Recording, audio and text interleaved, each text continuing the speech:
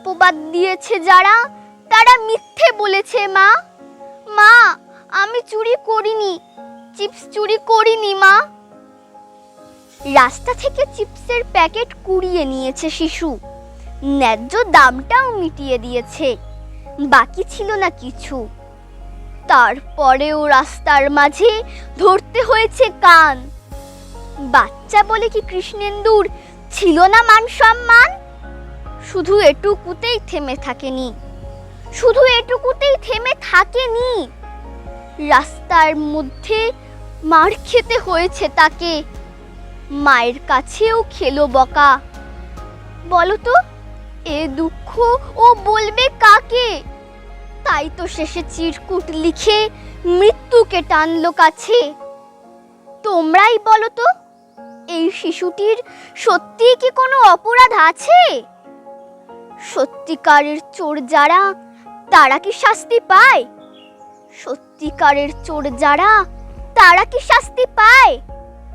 দিনের পর দিন কত কিছুই তো চুরি হয়েই যায়, তারপরেও কলার উঁচিয়ে ঘুরছে সকলে পথে।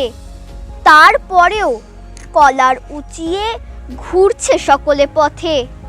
কই, তাদের তো কোনো বিচার হয় না। কিন্তু কি হলো এই বাচ্চার বেলাতে? চোর বদনাম সইতে না পেরে পৃথিবী ছাড়লো ছেলে। চিপসগুলো বোধহয় গোপনে কাঁদছে সত্যি কথাটা জেনে।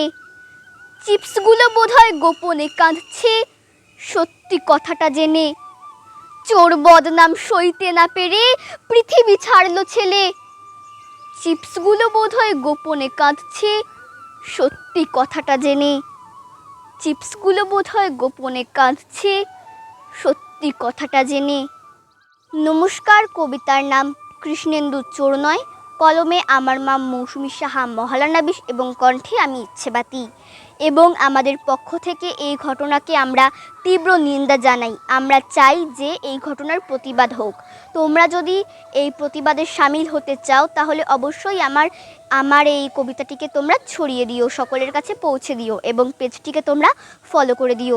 সকলে ভালো থেকো, সুস্থ থেকো, সকলে ভালো থেকো, সুস্থ থেকো, ভগবানের কাছে এই প্রার্থনা করি।